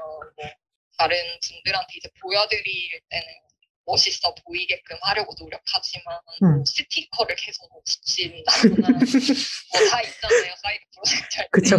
뭐 이렇게 물건이 다 제대로 왔는지 확인한다거나 뭐 픽을 보내는데 뭐 비가 와가지고 막 시간에 뭐 어떻게 잘 안 되고 막 스케줄이 꼬이고 막 그런 게 막 너무너무 짜증나고 그렇다기보다 약간 웃긴 거예요. 하면서 이런 것까지 내가 하고 있다니. 근데 그게 재밌으니까 괜찮은 것 같거든요. 근데 그게 막 시간이 아깝고 내가 막 낭비하는 것 같고 나 자신을 막 그러면은 그거는 사이드 프로젝트가 아닌 것 같습니다. 얘기를 듣다 보니까 디자인 FM에 나아갈 길도 조금 생각을 하게 되네요. 좋은 사이드 프로젝트가 되려면 어떻게 해야 되는가? 그래요. 그러면 보리님은 앞으로도 지금처럼 계속 사이드 프로젝트를 하실 생각이신가요? 그러니까 지금 물론 지금 현재 진행 중인 것도 있으신데 그거 외에도 또 별개로 또 다른 프로젝트들의 기회가 있으면은 계속 하실 생각이신지 궁금해요. 계속 할 것 같은데 약간 사람의 에너지가 한정이 되어 있긴 하더라고요. 그래서 저도 의식적으로 예를 들어 지금 제가 하는 프로젝트가 꽤 큰 규모의 프로젝트라고 제가 생각을 했으면 다른 추가적인 일은 좀 덜 벌이려고 하는 것 같긴 해요. 그래서 좀 그런 식으로 균형을 잡으려고 하고 그리고 저는 이제 사이드 프로젝트 최근에 이제 시작할 때는 같이 하는 친구나 동료, 사이드 프로젝트 동료들한테 이제 제가 말한 거는 내 목표는 진짜 하나밖에 없다. 우리끼리 안 싸우는 거. 그러니까 프로젝트는 망해도 괜찮은데 망하거나 없어지거나 누가 중단해도 괜찮은데 만약에 우리끼리 마음이 틀어지면은 사실 저는 제가 제일 좋아하는 사람들이랑 뭔가 소속감을 갖기 위해서 사이드 프로젝트를 하는 것도 있거든요. 그러니까 그냥 친구끼리 만나서 뭐 술 마시고 놀고 그런 것도 좋지만 뭔가 프로젝트를 하면서 더 끈끈해지고 막 거기서 추억이 쌓이고 그걸 되게 좋아하는데 그거를 뭔가 하다가 틀어져 버리면 그게 제일 안타까울 것 같아서 그래서 만약에 제가 하는 어떤 사이드 프로젝트가 끝이 나더라도 그 사람들은 계속 만났으면 좋겠고 그 사람들이랑 또 새로운 사이드 프로젝트를 할 수 있는 약간 그런 식이면 제 인생이 엄청 아름답지 않을까? 전 그렇게 생각해요. 세상에 너무 좋은 답변입니다. 네, 되게 모범 사례 같아요. 그러니까 지금 막 한 글자 한 글자 가슴에 새겨야 될 것 같아요. 그렇지는 않아요. 안 와요? 저 새기고 있었는데. 정리하니까 아름답게 돼요. 드리는 거일 수도 있어요. 어쨌든 이 보리님은 되게 관심사와 즐거움, 관계에 좀 더 이제 초점을 맞추고 이 프로젝트로 내가 성공을 하겠어, 막 약간 이런 것보다는 약간 좀 더 다른 쪽으로 포커스를 맞추고 계신 것 같고 제 생각에는 그래서 그게 되게 이제 삶이랑 일이랑 그런 거에서 좀 균형이 잘 맞춰지고 있는 것 같다라는 느낌을 되게 많이 받았어요. 그리고 저의 어떤 활동들도 돌아보게 되고 그렇네요. 그러게요. 너무 과도한 칭찬인 것 같습니다. 아무튼 진짜 사이드 프로젝트를 많이 해본 짬이 묻어나는 답변이었습니다. 맞아. 아, 그런가요? 네네. 네, 보리님 감사드리고요. 이제 그러면은 슬슬 보리님을 보내드리도록 할게요. 네, 감사합니다. 오늘 혼란스러우신 것 맞나요? 가족 모임 중에 그러니까. 갑자기 전화 요청했는데 받아주셔서 감사드립니다. 아니에요. 저도 너무 좋았어요. 얘기할 기회가 그렇게 많지는 않은데 저에게 관심을 가져주시고 질문해 주셔서 너무 감사합니다. 앞으로도 많은 관심 드릴 테니 좀 즐겨보시기 바랍니다. 물론입니다. 네. 그러면은 보리님 이제 슬슬 보내드릴게요. 보리님 네. 들어가세요. 네, 감사합니다. 안녕. 감사합니다. 자, 보리님 보내드렸습니다. 오, 세상에. 아까 저 중간에 얘기도 했지만 약간 디자인 FM의 초심을 돌이켜보는 시간이었어요. 시간이 아까우세요? 시간 하나도 안 아깝지. 우리 이제요 안 싸우는 게 중요하다 이런 생각도 들고. 맞아요.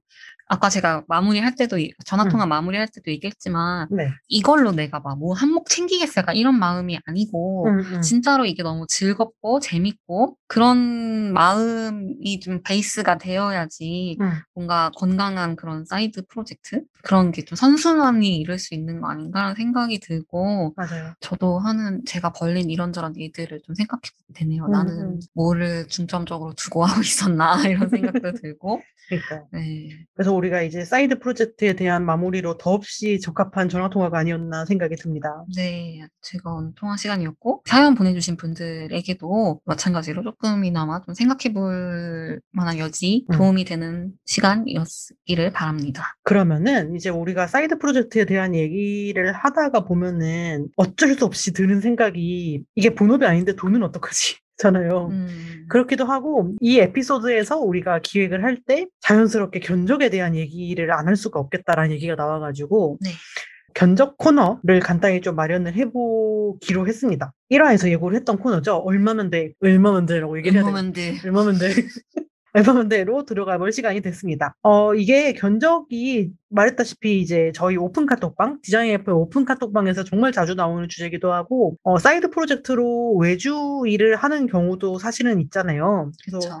여러 가지의 경우에 정말 고민되고 중요하고 막 어디서 뭐 물어보기도 조금 약간 머쓱한 그런 문제인 것 같아요. 그래서 이 얘기를 조금 해보려고 합니다.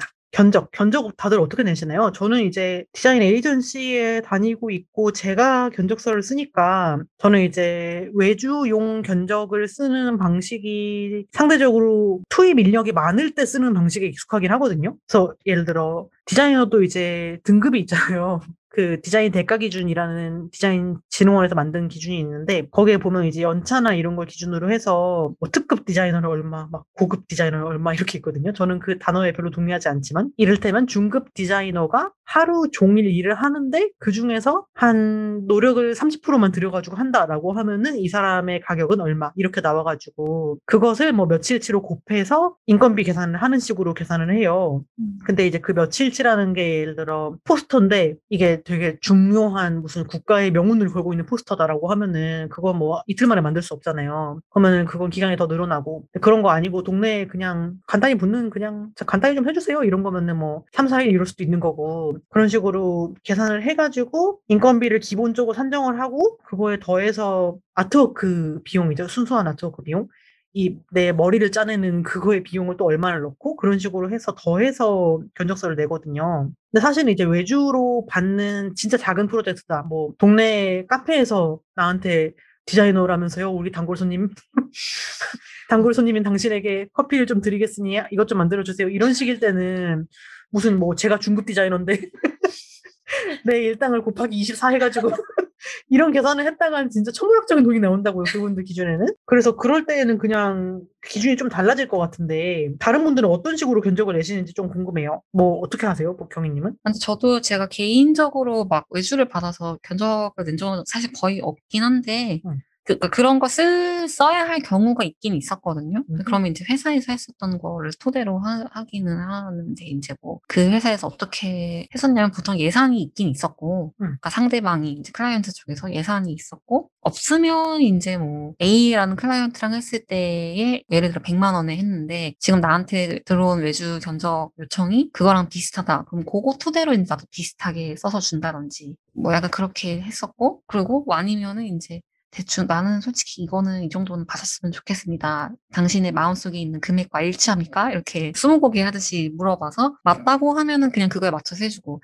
아니라고 하면 그럼 우린 여기까지입니다. 뭐 이렇게 했던 것 같아요. 그쵸? 그리고 회사에서 이제 제가 견적을 받아야 되는 입장일 때는 사실 저는 그냥 저희 회사에서는 아마 예를 들어 지금 이 프로젝트에 500만 원 정도 쓸 수 있을 것 같다. 500만 원에서 700만 원 정도 쓸 수 있을 것 같다. 그 가용 예산 정도를 생각하고 그것도 이제 마찬가지로 그 전에 그 전례가 있기 때문에 그 가격이 나오는 거잖아요. 그래서 아마 이 정도일 거고 이거보다 더 비싸게 부르면 안 될 것 같다. 이렇게 얘기를 하는 게 저는 그냥 빨리 커뮤니케이션이 돼서 편하더라고요. 근데 어떤 분들은 이제 그거를 이제 우리의 단가를 쉽게 노출시키는 거가 좋지 않다라고 해서 안 좋아하시는 분들도 있는데 저의 경우는 빠른 소통을 위해서 어느 정도 그 가용 범위를 먼저 알려주는 게 좋기는 했다라는 생각이었어요.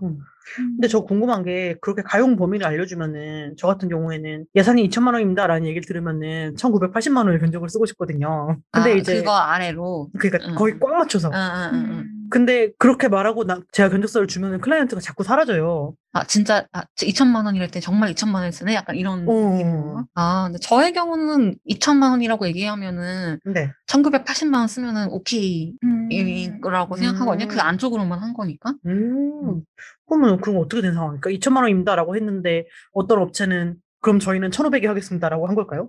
그럴 수도 있고 아니면은 그 2천만 원이 어떤 합의되지 않은 금액이지 않았을까요? 그냥 본인이 그렇게 생각을 본인이 했는데. 그냥 느낌적인 느낌으로 2천이면 되지 않을까 했는데 위에서 말이 되냐? 이 새끼야 누가 2천만 원이야 네 맘대로 해 이러면 죄송합니다 뭐 이럴 수도 있고 다양한 시나리오가 예상이 되는데요. 갑자기 그분에 대한 마음이 조금 누그러졌어요. 사라진 많은 분들에 대한. 그럴 수도 있고 아니면 말씀하신 것처럼 더 낮은 견적을 이제 제시한 분도 있을 것이고 뭐 여러 가지 다양한 경우가 있을 것 같아요. 아까 좀 전에 말씀하신 대가 기준 같은 거 사이트 그게 저도 봤는데 너무 그 기준 금액이 작은 거예요. 좀 너무 작아서 근데 프로그래머 약간 컴퓨터 프로그래밍 이게 뭐야? 개발자들도 그런 게 되게 잘 돼 있잖아요. 그분들은. 맞아요. 그분들도 이제 뭐 고급 개발자고 뭐 특급 개발자, 기획자 비용이 있는데 거기는 단가가 좀 괜찮더라고요. 그럼 맨먼스 계산해가지고 막 착착 하는데 막 비용이 막 되게 높아. 그래서 억울해. 나 갑자기 너무 억울한 거야. 그걸 봤는데 억울해. 대가 기준은 조금 제가 생각할 때는 너무 애매한 게 솔직히 디자인 에이전시에서 일 제일 많이 하는 사람이 막 5년 차, 뭐 3년 차, 한 7년 차 이쯤이지 막 20년 차는 아니잖아요. 이를테면. 근데 이거는 연차가 높아질수록 무조건 비용이 올라가거든요. 그러니까 32년 차 있으면 거기가 그냥 다 이기는 거예요. 그 사람의 경험치를 소중하게 생각해서 많이 주고. 근데 그러니까 예를 들어 5년 차 10명 있는 회사랑 32년 차 2명이랑 신입 1명 있는 회사랑 있으면은 32년 차 2명 있는 회사가 이거 좀 너무 극단적인 예시지만 뭐 비슷할 수도 있는 거예요. 그냥 받을 수 있는 금액상으로는. 그치. 하지만 일은 1년 차가 다 할 텐데. 그러니까 이게 그래서 조금 이상한 기준이다라는 생각이 들었었어요. 그래도 아무튼 참고는 되는 것 같아요. 항목 참고하기는 좋더라고요. 내가 이제 설명할 때 금액은 너무 작다고 생각해서 이런 항목들이 있고 나는 더 받아야겠다. 단가가 너무 낮다. 그런 공식 사이트에서 주는 단가가 너무 낮다. 이런 생각을 하고 있었는데요. 마침 또 저희 앞으로 얘기할 첫 번째 사연이 단가가 너무 낮다 사연이네요. 그러네요. 저희 사연을 이제 만나보러 가볼까요? 경희님이 한번 사연 읽어주시겠어요? 네, 첫 번째 고민 사연은 천재 디자이너님이 보내주신 사연입니다. 꾸준히 의뢰를 주시는 고마운 클라이언트. 하지만 금액이 너무 적어 탈입니다. 초반엔 내가 급하니 일단 해드리기도 했고 담당자 분께서도 꽤 나이스 하셔서 1년 정도 이어져 오고 있는데요. 현재 제 단가의 반절 정도밖에 안 되는 견적을 항상 내드릴 때마다 눈물이 앞을 가립니다. 그래서 이런 분은 최대한 조심히 끊어내버리고 싶은데 어떤 방법이 좋을까요? 상대방이 쉽게 납득하고 사라져줄게 라고 할 만한 그런 방법을 찾고 싶습니다. 비용을 이유로 대도 괜찮습니다. 왜냐면 자기네가 이미 많이 싸다는 걸 아시는 것 같아요. 도와주세요. 비용을 이유로 대시면 되지 않나요? 그러게. 모르겠다. 이게 어떤 업무인지 모르겠지만 인쇄가 걸려있는 분야면은 지금 종이값이 말도 안 되게 올랐잖아요. 맞아요. 종이값이 뭐 작년 말에 비해서 거의 한 40% 오른 것 같은데 그 핑계로 종이값이 40% 올라서 저의 디자인비도 40%가 올랐습니다. 그러니까 그래서 합치면 뭐 엄청나게 올랐습니다. 비용을 이유로 대면 좀 너무 정없나? 네, 그래서 고민을 하시는 건가 싶기도 해요. 계속 일을 했던 사이니까 또. 1년 정도나 했으면 꽤 오래 하신 건데. 근데 뭐 태연님 방금 얘기하신 것처럼 솔직하게 비용을 이유로 이제 물가 상승률도 있고 인플레이션 뭐 이런 얘기하면서 사실은 조금 사연자님께서 좀 많이 양해를 해서 한 가격이었는데 이제는 1년 정도 했으니까 더 올려주거나 이 사람들이 그래서 파격적으로 견적을 올려주거나 그렇지 않으면은 조금 힘들다 얘기를 해보는 게 저는 사실 이런 어려운 얘기지만 솔직한 게 최고라고 생각해서 맞아요. 맞아요. 얘기해보는 게 근데 그 이 얘기를 했을 때 기분 나빠하거나 빈정상해하면 그냥 잘 헤어진 거다라는 생각도 들거든요. 막 말도 안 되는 가격을 부르거나 하실 것 같진 않아서. 그리고 고마운 클라이언트라고 했으니까 아마 그런 얘기를 했을 때 아이고 그렇군요. 저희도 뭐 이런 식으로 약간 리즈너블한 답이 오지 않을까라는 생각도 들고요. 그러니까 이미 많이 싸다는 거를 알고 계신다고 하니까 더 쉬울 것 같은데. 아니면 반대로 이제 일을 줄이는 방향에 무엇을 할 수 있을까라는 생각도 드는데 뭐 예를 들어 명함을 만들어줬다라고 하면은 명함의 포맷 하나만 만들어주고 나머지는 내부에서 그냥 이제 만드세요라고 한다든지 그런 식으로 내 일을 줄이는 방향으로 협의를 해보는 것도 가능하지 않을까라는 생각이 드네요. 그렇네요. 저는 되게 궁금할 것 같은 게 이런 상황이면 네. 내가 싸서 쓰시는 걸까? 그러니까 나도 그 생각을 했어요. 나의 디자인이 그러니까. 너무 좋지만 정말 예산이 부족해서일까를 정말 알고 싶을 것 같아. 맞아. 그래서 솔직하게 물어볼 것 같아. 그러게. 진짜 그거면 조금 서운해. 싸기 때문에 한다. 그럼 이제 화가 나기 시작하겠죠? 그러니까 다른 사람으로 갈아탔는데 이제 비용을 막 2배 높여줬다 이러면은 그럼 이제 한이 되는. 근데 뭐 높은 경우에 이럴 경우에 갈아탄다면 같은 금액으로 다른 가능한 사람을 찾지 않을까 싶네요. 네. 전체 디자이너님께서 비용을 솔직하게 한번 얘기를 해보시면 어떨까. 올려야 될 만한 많은 이유들은 이미 충분히 많이 있는 것 같아요. 그리고 약간 뭐라고 하지? 자꾸 시장 경제 얘기를 하게 되는데 저희가 어떤 상도적 상황에서도 이게 지금 굉장히 싸고 굉장히 나는 여러분을 배려해서 이렇게 하면 안 되는 비용에 일을 해드리고 있다라는 걸 어필하는 것 자체는 굉장히 필요한 것 같아요. 맞아.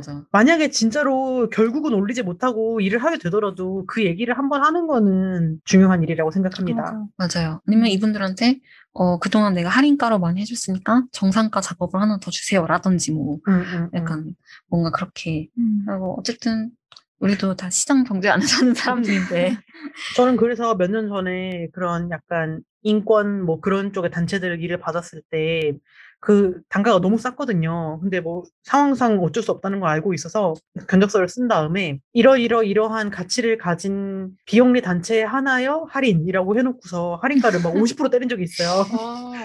그래서 원래 가격은 이건데 어쩔 수 없이 해주는 거다라고 굳이 말을 해야 될 것 같아서 그렇게 한 적이 있거든요. 근데 그런 말 하는 것 좀 중요한 것 같아요. 그러니까 더 고려를 해보시면 좋겠다라는 생각이 드네요. 그렇습니다. 다음 사연도 한번 소민님이 읽어주시면 좋을 것 같은데 또 닉네임이 천재 디자이너님이세요. 같은 분인지 다른 분인지는 모르겠지만 천재 디자이너님의 또 다른 사연 한번 읽어주세요. 네, 천재 디자이너입니다. 지인 가게의 로고나 명함, 최소 금액이 궁금합니다. 내가 진짜 아끼는 사람이라 그냥 무료로 해주겠다 이런 마음가짐이 아닌 이상은 돈을 받기는 해야겠는데 얼마를 받아야 나중에 후회를 안 할까? 이게 너무 궁금합니다. 야, 이거 저희 오픈 카톡방 단골 질문. 아, 명함 아. 디자인 진짜 어려운 거예요, 근데. 이거 맞아요. 함부로 부탁하면 안 돼. 그러니까 명함 디자인 진짜 뭐 이거 커피 한 잔일 수도 있고 1억 5천일 수도 있는 거예요. 아니, 근데 진짜, 아니, 사람들이 진짜 간과하는 게 그게 되게 작으니까 맞아요. 쉽다고 생각하는데, 작은 화면에 그 많은 정보를 다 때려넣는 게 얼마나 어려운 건데. 그러니까 그리고 명함만 할 건지, 명함에 들어가는 뭐, 로고도 만들어줄 건지, 명함 몇 개나 할 건지, 내가 모르잖아. 베리에이션도 쳐줘야 되는 건지, 제작해야 되는 건지, 얼마나 많은 변수가 있는데. 보통은 모르고 부탁하시죠. 그쵸. 이런 게 약간 무서운 게 실은 로고 만들어 달라는 얘기잖아요. 근데 그렇다고 브랜딩이 아닌데, 그러니까 원래 브랜딩이 맞는데 이 사람들 그래서 내가 브랜딩으로 접근을 해가지고 막 연구해서 만들어주면은 간판은 또 다른 거 쓰고 계셔. 이거 뭔지, 그니까 사실 그분들은 이제 브랜딩에 대한 어떤 충분한 이해가 있는 상태가 아니라서 그냥 멋있게 생긴 명함을 갖고 싶은데 이게 명함집이라고 불리는 거기서 만드는 거 말고 뭔가 조금 차별화된 그림이 그려져 있으면 좋겠어. 이런 개념으로 얘기를 하시는 거라서 이게 엄청 꼬여요. 근데 또 가격은 소위 명함집의 가격을 하고 싶어 하시잖아요. 뭐 그래도 디자이너니까 한 10만 원? 뭐 이렇게. 그냥 저는 그 명함 디자인 통 있잖아요. 네. 그런 데를 그냥 소개시켜주는 게 맞아. 이런 정도라면 더 빠를 것 같고 진짜 아끼는 사람이면 무료로 해주겠다. 난 진짜 아끼는 사람이니까 돈을 더 받을 것 같거든요. 저도. 진짜 아끼는 사람 무료로 해줬다가 나중에 틀어지면은 진짜 그러니까. 사람을 잃는 거예요. 그러니까 무조건 사람은 돈을 내야 그거에 대한 소중함을 느끼잖아요. 맞아요. 그러니까 공짜로 해주면 막 말도 안 되는 피드백 할 거란 말이에요. 글씨가 어떻네, 색깔이 어떻네, 인쇄가 잘 안 나왔네, 막 이런 얘기 하는데 돈을 내면 이제 사람이 마음가짐이 달라지니까. 그러니까. 그래서 그 돈을 안 받고 하면은 그 피드백을 주는 사람도 이상하게 빙빙 돌려서 말해서 더 맞아, 이상해지잖아. 서로 미안해. 이거 괜찮은데, 이거 인쇄가 이상한가? 뭐 이렇게 얘기하기 시작하면은. 한도 끝도 없어요, 진짜. 그러니까. 그래서 최소금액 얼마일까? 제가 예전 말했지만 축의금처럼 네. 축의금 그때 왜 개그 프로그램에서 그거 있었잖아요. 부모님이 나를 알면 뭐 5만 원, 뭐 10만 원, 1년에 한 번 보면 5만 원, 막 그런 것처럼. 네. 나랑, 지인인데 뭐. 나랑 1년에 밥을 한 번 먹으면 10만 원, 두 번 먹으면 30만 원, 우리 부모님을 알면 50만 원 이렇게 해야 되는 거 아닌지. 그러게 뭔가 기준이 있기는 있어야겠다. 근데 그거 같아요. 약간 사이즈도 뭐 그 정형화된 사이즈면 90에 55 약간 이런 거에 하고 인쇄도 성운 에드피아 이렇게 빨리 할 수 있는 데서 하고 정보도 다 있고 로고 디자인하는 거 아니고 텍스트만 넣으면 되고 그냥 정말 인쇄만 할 수 있는 그런 파일이고 베리에이션 없고 앞으로 영원히 나한테 다시는 이걸로 부탁할 일이 없으면 30만 원?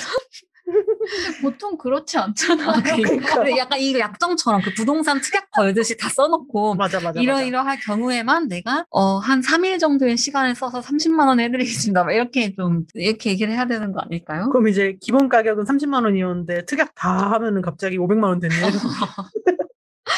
그렇게 되는 거지. 그러니까. 옵션가가 계속 붙는 거지. 근데 진짜 명함만 하는 건 너무 이상한 개념이야. 제 마음속에서는 정말 이상한 개념이에요. 차라리 그냥 지인 가게 브랜딩 이렇게 해가지고 300만 원 이런 거는 이해가 가겠는데 맞아. 실은 브랜딩 할 거면서 명함 맞아. 이렇게 하면은 명함 하라고 한 다음에 여기 있는 이 로고를 컵홀더에 써도 될까? 막 이러실 거잖아요. 그치. 그러면은 내가 너한테 넘겨야 될 파일이 좀 종류가 다르고. 근데 모를 수 있으니까. 맞아요. 맞아. 갑자기 저의 에피소드 하나가 생각나는데요. 뭔데요? 명함은 아니고 뭐 누가 소개시켜줘서 카페에 메뉴판만 계속 해달라는 거예요. 카페 메뉴판만. 메뉴판. 메뉴판. 그러니까 네. 메뉴판이라는 게 이 메뉴판, 종이 메뉴판도 있고 이렇게 세우는 스탠드 POP처럼 하는 메뉴판도 있고 뒤에 이렇게 보드처럼 하는 메뉴판도 있고 되게 갑자기 메뉴판이라는 그 세 글자 안에 되게 많은 갈래가 있잖아요. 근데 그거는 계속 안 알려주고 메뉴판만 하고 싶다는 거예요. 그래서 제가 그 현장에 가가지고 똑같이 얘기했어요. 이런 종이 메뉴판을 생각하시는 건지 저 뒤에 붙는 걸 하고 싶은 건지 막 물어봤더니 생각을 안 했나 봐요. 구체적으로. 그래서 뭐 이것도 쓸 수 있고 저것도 쓸 수 있고 다 할 수 있는데 이렇게 하시는 거예요. 그래서 약간 제가 당황해가지고 근데 정말 메뉴판만 하고 싶다는 거예요. 뭐 로고 뭐 이런 거 상관없고. 그래서 근데 내가 얼마 불렀지? 되게 싸게 불렀어요. 근데 그때 진짜 100만 원인가? 150만 원인가 했는데 잠수 타셨어요. 그러니까 그런 분들은 애초에 뭔가 내가 한 컴 한글로 만드는 것보다 예쁜 거 수준을 바라시는 거라서 돈같이 들여야 된다는 생각을 하면 기절하시는 것 같아요. 너무 비싼 거지 그분한테. 그래서 잠수를 타셨단 말이에요. 그래서 저는 너무 혼란스러운 거지. 메뉴판 하고 싶다면서요? 라고 생각했지만. 그래서 실은 엄밀히 따지면은 그런 상태면은 컨설팅 비용까지 내가 받아야 되는 거잖아요. 맞아. 메뉴판을 어떤 소재로 어떤 크기로 어떻게 활용할 수 있는지까지 기획을 해야 되는 거니까. 보드형이면 무슨 소재를 어떻게 부착할 건지, 저기에 구멍을 뚫어야 되는지, 진짜. 왜 조명이 나오는지 그러니까. 이런 거에 따라서 얼마나 달라지는데. 아무튼 그래서 그때 내가 이렇게 그러면 특약처럼 막 다 걸어놓고 특약이 정답이다. 30만 원인데요. 특약 80 이렇게 쓸걸 하는 생각이 드네요. 그러게. 이렇게 뭔가 구체적이지 않은 사연이 아니라 구체적이지 않은 사양인 상태에서는 견적을 낼 수 없다의 대표적인 사연이 다음 사연인 것 같은데요. 네. 다음 사연 또 만나보도록 하겠습니다. 요거 한번 경희님이 읽어주시겠어요? 이번 사연은 종종이님께서 보내주신 사연인데요. 굉장히 짧습니다. 브랜딩이 초기 스타트업 제품, 이 경우는 제품이 참기름이었는데요. 제품 라벨 디자인을 부탁받을 경우 얼마를 받아야 하나요? BI 활용 및 확장 가능성 없고 네이밍하는 것도 아니고 컨셉을 나타내는 카피라이팅도 없습니다. 진짜 어렵습니다. 네이밍도 없고 카피라이팅도 없다라는 소리겠죠? 네. 근데 없다고 해도 이 안에 지금 얼마나 많은 게 있는지 저희가 지금 이걸 재구성을 해봤어요. 제가 지금부터 이 재구성한 거를 읽어봐 드릴게요. 제가 3가지 선택지를 만들어 봤거든요. 작은 거부터 해볼게요. 우리 고모부예요. 의뢰하신 분이. 우리 고모부가 그 비수도권의 지역에 있는 소도시에서 방앗간 운영을 하세요. 거기에서 뭔가 지원금 받아가지고 말하자면 스타트업이지만 사실은 그냥 개인 사업체 운영을 하고 계세요. 근데 이 고모부가 나한테 전화를 해가지고 야, 너 미드 나왔다며? 이러면서 너 그럼 그림 잘 그리잖아? 이러면서 참기름병에 들어갈 그림 하나만 그려달라 그런다. 그리고 글자도 이분은 그림인 줄 아셔가지고 뭐 그냥 디자인이랄 게 뭐 그 정도의 개념인 거예요, 이분한테는. 그래서 나한테 그냥 캘리그래피 의뢰를 하신 거고 이 비용으로는 뭐 그냥 추석 때 참기름 한 병이랑 용돈 정도 준다고 말하시는 상태인 것이 하나가 있을 수 있고 조금 더 비싼 상태를 생각을 해볼게요. 청년 스타트업 지원금을 받아서 방금 생긴 회사예요. 첫 시제품으로 MVP라고 보통 하죠. 이걸로 참기름을 만들 거예요. 이분은 아버지가 방앗간을 하세요. 근데 이 아버지도 이 회사 대표인 사람도 저랑 아는 사이예요. 이분들은 당연히 참기름을 공짜로 줄 거예요. 지금 줬어요, 이미. 둘 다 디자인 하나도 모르고 그냥 예쁘게 해달라 그래요. 그래서 뭐 이 사람들 마음에서는 클리바트도 괜찮아요. 수정은 뭐 당연히 없어요. 병 사이즈고 나발이고 뭐 아무것도 몰라요. 그래서 제가 다 가가지고 정하고 방산시장 뛰어다니면서 막 샘플 병 사고 막 이렇게 붙여보고 막 인쇄소 컨택도 내가 해야 되고 뭐 후가공 이런 거 뭐 알 수도 없고 감리 당연히 내가 가야 되고 뭐 포장 이런 거 그냥 친구랑 저랑 해야 돼요. 처음에 나가는 수량은 한 300개 될 거고 이게 딱 느낌이 보니까 언젠가 리플렛도 좀 추가를 할 것 같아요. 이 디자인 약간 이렇게 잘라가지고 JPG로 그 배경이 안 투명한 상태로 회사 웹사이트 같은데 로고 같은 거 쓸 것 같아요. 이 정도의 상황이 있고 또 다른 상황 또 생각을 해볼게요. 100대 기업이에요. 100대 기업이 계열사를 냈는데 이 계열사를 명목상 스타트업으로 냈어요. 이 스타트업 계열사에서 VIP 추석 선물용으로 참기름 500개 한정 세트를 만들어요. 고급스러운 수입지 쓸 거고 후가공 막 때려 넣을 거래요. 제작이랑 제작 커뮤니케이션은 회사가 진행할 거고 사양 정하고 디자인 하는 것만 내가 하면 돼요. 샘플 제작비 당연히 회사가 다 내줘요. 제작 기간 착수일부터 한 달 정도 줘요. 회사 사람들은 뭐 나이스한 것 같고요. 컨펌 절차가 안 복잡하다고 자기들이 얘기를 해요. 참기름 2병에 참깨 하나가 들어가고 라벨지 각각 붙여야 되고 이걸 들어가는 종이 패키지 박스 그리고 뭐 지지대 그리고 라벨지 그리고 여기 고객들한테 보내는 편지 뭐 이런 거 정도 만들면 돼요. 이 3가지 프로젝트가 있는데 제일 마지막 그 100대 기업에서 하는 그 VIP 선물 세트는 제가 그 작업을 하고 싶고요. 저는 1000만 원에 가능합니다. 그러니까 지금 말한 100대 기업의 상황쯤 되는 구체성 그러니까 어떤 맥락에서 있고 어떤 부스가 만들 거고 제품의 명세는 어떻게 되고 이 중요도는 어느 정도인지를 파악할 수 있는 기준이 돼야지 그나마 견적을 낼 수 있는 것 같거든요. 근데 보통은 이제 아이템 뚱 주고서 이건 얼만가요? 무슨 예를 들어서 뭐 카레 얼만가요? 야채 카레 얼만가요? 그치. 무슨 비율을 하면 좋을까 생각하고 있었는데 네.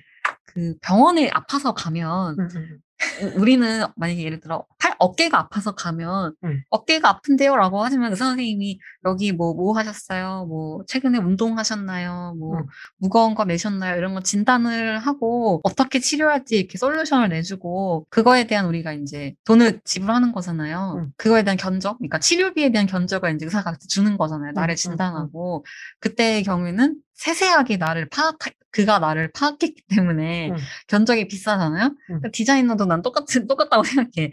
이게 지금 고모부가 하면 할수록 파악해야 될 게 많으니까 더 비싸야 된단 말이야. 그러니까. 고모부한테 가서 계속 얘기하지. 고모부에서 이거 하고 싶어? 저거 하고 싶어? 그러니까. A야 B야? 빨강이야 파랑이야? 막 이렇게 물어봐야 되는데. 이거 참깨 중국산이야 국산이야? 막 이런 거 물어봐야 되고. 여기 이런 거 써야 되는데 뭐 있어? 물어보면 막 대충 그거 저기 김 사장이 아는데요. 김 사장 가서 전화하면 쫓아가서 내가 들어야 되고 막. 그러니까. 이 시간이 더 많이 들어서 이러면 이럴수록 솔직히 이것도 1,000만 원이라고 1,000만 원 받아야 된다고 하면 가능하다고 생각하거든요. 근데 사람들은 그렇게 생각 안 할 거라는 거지. 그치. 그래서 진짜 이 견적을 낸다는 거는 정말 많은 정보를 필요로 하는 일이고 견적을 요청하실 때에는 제발 이걸 듣고 계시는 비디자이너 선생님이 얼마나 계신지 모르겠지만 다양한 정보를 주십시오. 맞아요. 최대한 구체적으로 정보를 최대한 구체적으로 아니면 차라리 구체적이지 않고 디자이너가 정해주세요라고 하면은 그거를 차라리 그렇게 말해주는 게 판단이 오히려 더 빠르지 않을까 싶어요. 그냥 필요한 예산만 얘기를 해주셔도 되고요. 그냥 맞아. 맞춰서 해줄 수 있는데. 참기름 만들 건데 500만 원 될까요? 이러면은 그러면 500만 원에 가능한 참기름은 이것입니다라고 역으로 우리가 제안할 수 있는데 참기름 얼마인가요? 이러면 네? 여기 참기름집 아닌데요? 아니 하다못해 참기름도 브랜드 따라 가격이 다른데. 맞아. 콜드프레스인지 콜드프레스 모시기인지 이런 것도 다른데. 네. 그래서 견적이란 것은 어렵다라는 간단한 결론 내리고. 그래서 이 사연자님께는 별 도움이 안 되네요. 그러니까 모르니까요. 구체적으로 물어보세요. 얼마나 어떻게 무엇을 하고 싶은 건지. 아무튼 견적을 낼 때 필요한 거는 이게 얼마나 중요도를 갖는 프로젝트고 어느 정도의 품이 들지를 예상하는 거니까 그거를 알 수 있는 어떤 질문이든 하는 게 중요한 것 같아요. 저희가 좀 우스꽝스러운 예시를 들긴 했지만요. 맞아요. 하지만 다 실존하는 예시니까. 맞아요. 충분히 그럴듯한 예시라서. 네. 근데 그런 것도 있나요? 물어보는 사람은 잘 모를 수 있으니까 이거 얼마 정도 해요? 라고 물어보는데 견적 얼마 정도 해요? 견적서 주세요 라고 할 수 있는데 그럼 반대로 이제 그 견적을 내야 하는 사람이 그거에 대해서 이렇게 구체적으로 물어보는 거가 좀 거시기한 상황인 건가 지금 이 사연자분들이. 그럴 수도 있지. 네. 얼마까지 되는데요? 뭐 그렇다기보다 지금 몇 개 하실 거예요? 뭐 얼마나 생각하세요? 뭐 몇 부 생각하세요? 이런 거를 역으로 물어보기가 좀 불편한 상황인지 그리고 그거를 물어보는 게 좀 통상적으로 좀 불편한가? 이런 생각이 좀 들었어요. 저는 그냥 되게 철판 깔고 물어보는 편인데 안녕하세요. 뭐 관심 가져줘서 고맙습니다. 저희가 견적을 내기 위해서 추가적으로 몇 가지만 더 물어볼게요. 이러면서 그냥 이게 원래 바람이 불고 비가 오는 것처럼 그냥 자연히 알아야 되는 것처럼 물어보긴 하거든요. 근데 그러면은 그런 것까지 생각하기 싫었던 분들은 사라져요. 질문이 너무 많네 이러면서. 역으로 물어보시면 좋을 것 같네요. 끄덕. 그러면 이쯤에서 마무리를 해볼까요? 예, 좋은 것 같습니다. 네. 자, 저희가 이렇게 마지막 사연이 하필이면 힘이 많이 드네요. 그래서 도움이 되셨을지 모르겠지만 사이드 프로젝트와 견적에 대한 MC들의 어떤 견해 그리고 관련 사연들 만나봤고요. 전화 연결도 해봤고 이것저것 되게 다양한 얘기를 나눴던 것 같아요. 사연 남겨주신 분들 모두 감사드리고 저희 디자인 FM에 늘 이렇게 관심도 가져주시고 이렇게 사연 보내주시는 분들이 저희는 정말 소중합니다. 그리고 이 바쁘신 와중에 전화 연결해주신 보리님한테도 다시 한번 감사 인사드리면서 오늘 마무리해보도록 하겠습니다. 태환님 함께한 소감 한마디 좀 해주세요. 제작자로 뒤에서만 있다가 오늘 특별 MC로 참여하게 돼서 되게 즐거웠고 두 분 얘기하는 거 그냥 듣고만 있어도 너무 즐겁네요. 제가 MC를 한 건지 그냥 듣다 가는 건지 모르겠지만 아이고. 네, 즐거웠습니다. 저희도 태연님과 이렇게 긴 얘기를 할 수 있어서 너무 즐거운 시간이었습니다. 그러면 우리 다음 회차를 예고하면서 마무리 인사를 해볼까요? 다음 회차는 또 어떤 얘기가 준비되어 있나요? 다음 회차는 저희가 이걸 녹음하고 있는 지금이 여름이지 않습니까? 여름 하면 떠오르는 무시무시한 괴담? 으시시하네요 정말. 사실 가장 무서운 건 괴담 에피소드가 여름에 나가지 않을 수도 있다는 건데요. 추울 때 들어야 더 맛깔나지 않겠어요? 네, 아무튼 다음 회차는 간담이 서늘해지는 무시무시한 괴담 특집으로 돌아오도록 하겠습니다. 사라진 클라이언트, 놀랄만한 견적, 믿을 수 없는 과제. 괴담에 대한 이야기를 나눠보려고 하니까요. 기대 많이 해주시고 각자 갖고 있는 괴담 사연도 많이 보내주세요. 네, 여러분의 많은 사연 및 청취 후기 기다리고 있겠습니다. 그러면 저희는 이제 슬슬 인사를 해볼까요? 먼저 태환님 보내드리도록 하겠습니다. 태환님 안녕히 가세요. 안녕히 계세요. 감사합니다. 안녕. 그러면 오늘 마무리 인사해볼까요? 디자이너의 목소리로 여성의 일을 말하는 팟캐스트 디자인 FM은 애플 팟캐스트와 사운드 클라우드에서 들으실 수 있으며 유튜브에도 통째로 업로드됩니다. 디자인 FM과 함께 아무 말이나 떠들고 싶으신 분은 오픈 카톡방에 들어와 주세요. 카카오톡 오픈 채팅 검색에서 디자인 FM 혹은 FDSC를 검색하시면 됩니다. 비밀번호는 디자인 FM, FDSC 인스타그램 프로필에 링크도 있어요. 디자인 FM에 사연 보내주실 분들은 말머리 사연 달아서 디자인 FM @fdsc.kr로 보내주세요. 디자인 FM은 페미니스트 디자이너 소셜 클럽 FDSC가 만듭니다. 인스타그램에서 fdsc.kr을 팔로우해주세요. 팟캐스트 외에도 FDSC의 다양한 활동 소식을 접하실 수 있습니다. 그럼 우리는 다음 화에서 만나요. 적게 일하고 많이 버는 그날까지 안녕.